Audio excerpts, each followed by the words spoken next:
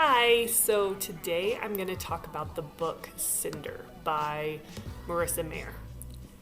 Okay, here's the rub. I know this book is kind of old news, and if you haven't read the Lunar Chronicles, don't let this review dissuade you. It's definitely worth the read if you're into YA. That aside, I have to talk to you about this book. I have to mention that my initial reaction upon finishing this book was not good. It went along the lines of something like this. Wait, what? Is that it? What kind of ending is that? Oh, right.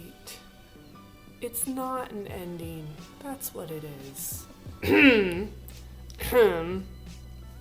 Seriously, not okay, Marissa. Not okay. I'm gonna say this, not for the first time, and I'm fairly positive it won't be the last time either, but I really don't like it when authors try to trick me into reading their books. It's very high on my I may never forgive you list. This one was particularly bad. It's like the author is saying, haha, sucker, you want the end of the story? Go buy my other book. Really? Is that how you want to play this? Okay, but just so you know, I'll keep reading your books if I feel like reading your books. So stop trying to force me into it. I do not appreciate it, and it may even cause me to stop reading your books altogether. Yeah, I really am that petty. So, for that reason alone, I can't blanket love this book. I really did like it though. I loved the concept. The whole sci-fi meets fairy tale was a lot of fun. In case you're unfamiliar with Cinder, it's a Cinderella story set in a futuristic sci-fi world. And sure, it was predictable. Sorry for the spoilers, but Cinder does fall for the prince and he falls back and she does lose her shoe. Again, sorry if that was too much information and you no longer enjoy reading this book, but I found that knowing the ending didn't hinder me at all and actually made it a little more enjoyable. But I must reiterate that that is no excuse for actually leaving off the ending. Seriously, no one wants to watch Cinderella and have it end with Cinderella still locked in the attic. And I get it. It's a series, so there really isn't an ending until after book 4. But still, you could have given me something. And I get it that this is the point where Cinder's solo journey stops, and therefore it makes sense to wait until the next book to introduce the new characters, because then the author starts switching up perspectives. But it was still sad to end on such a downer. Anyway, aside from that pretty big beef, I found the book really enjoyable. Warning, I may be venturing into spoiler territory going forward, but I'll try not to give too much away. But also, like I said before, this book is marketed as a Cinderella story, and that's what it delivers. So if you want unpredictability, it's probably not for you. Although I will say that it doesn't completely deliver on all aspects of the Cinderella story, which was a bit of a disappointment, and I'll get to that later. This wouldn't normally be a problem, but since so much of the story is so faithful to Cinderella, not holding to that gives you a false sense of security, like you know what's gonna happen, but then it doesn't. So you think you can start to expect certain things, which are then not always delivered. In that way, it was unpredictable, I guess, but kind of for all the wrong reasons, and not in a good way. And don't worry, I'm not talking about the lack of ending. I'll let that ship sail. It was the climax I had a beef with. So, it's Cinderella, right? The story that starts out sad, but everything eventually goes right, and Cinderella proves that hard work, kindness, and charm will eventually make all your dreams come true, and with a little help from your fairy godmother, you'll have your happy ending, right? So the whole point of this story is to be able to watch her, Cinder, overcome all the hardships and destitution life has thrown at her, and then see her sauntering into the ball in all her magnificent glory to go dance with her prince and draw all the oohs and ahs of every watching eye. The ultimate triumph, right? Sadly though, in this version, her shining moment never happens. I mean, I guess it could be argued you get a slight glimpse of it, but not enough to warrant the awe of the entire kingdom, which is kind of what we've come to expect and anticipate for Cinderella. She needed her moment! I probably could have even forgiven the lack of ending if she had gotten her moment. But the fact that she didn't get it was a real shame, because the author sets you up to expect it.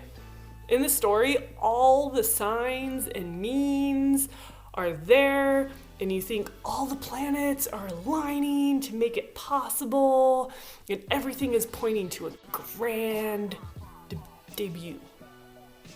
But instead, the fairy godmother decides not to show up. Our sad Cinderella has to crash the ball in her rags, which I felt was kind of cruel and completely unnecessary. If someone, any of you, my faithful listeners, could offer me some insight on why this was a better move than allowing her her moment, I'd really appreciate it, because I really don't understand it. So seriously, let me know. It's made worse because other than that, the book does follow the Cinderella plot pretty faithfully. All the other elements are there to a T with no other twisted interpretations, so leaving this one out left me very disheartened. Along those lines, I'll say that the story relies heavily on the preconceived notions of Cinderella in regards to characters as well. Cinder is exactly what you would expect. Hardworking, kind, intelligent, none of the bitterness and woe is me attitude that, let's face it, anyone less in her situation would probably have developed. She is still human and shows her disgruntled side, so she remains relatable without becoming too idealistic, but she is, in her heart, is still a forgiving, good person, just like Cinderella should be. So I don't think that's necessarily a bad thing. As is her prince. Kai is every bit the reluctant, good, caring monarch to be that you hope he will be. How else could he deserve Cinder, right? Am I right? And you may be listening to this thinking, wait, if the characters and the story are all exactly like they've been told 100 times before, then why bother reading this book? To that, I say, bother because what the author lacked in original story and characters, she makes up for in her world building. The world alone, at least for me, spiked enough interest that I wasn't bored with it. And I didn't even notice that I already knew the story and the characters. don't get me wrong, just because I haven't mentioned them, there are other characters and plenty of subplots brewing. So again, the fact that you know the broad strokes only makes the little ones all more enticing. I thought the world was extremely well developed, and you really felt like you understood the city and the time these people were living in and the society that was created. I also really liked the cyborg versus human rights debate and how it played into the Cinderella dialogue. In the story, Cinder is a cyborg and therefore mistrusted by the bulk of society and degraded by her stepmother. So it was good, and I really liked that futuristic spin that didn't confuse or downplay the Cinderella plight, and I thought it was handled really well. I know, at least for me, a lot of Cinderella stories can leave you kind of wondering, like, would somebody really do that? Who would actually treat somebody that badly? So I think that in this case, these issues were addressed and very well thought out. I liked that the author had societal prejudices in place to help support the side of the evil stepmother. For instance, since Cinder is a cyborg, she doesn't have all the same rights as a normal citizen.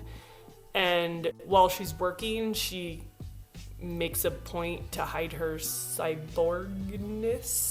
Is that even a word? Probably not, but that's okay.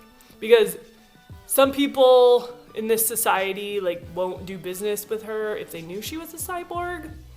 I think that extra element really helped the story and added a realistic element that helped take it farther than most fairy tale retellings would. It made Cinderella's plight a little more believable, I guess.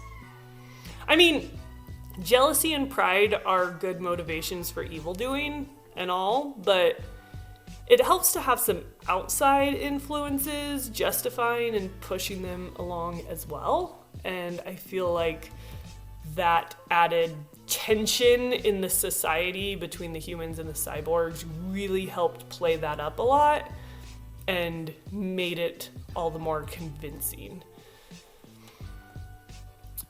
in this story. So, all in all, Cinder, I'm very sorry your fairy godmother never showed up,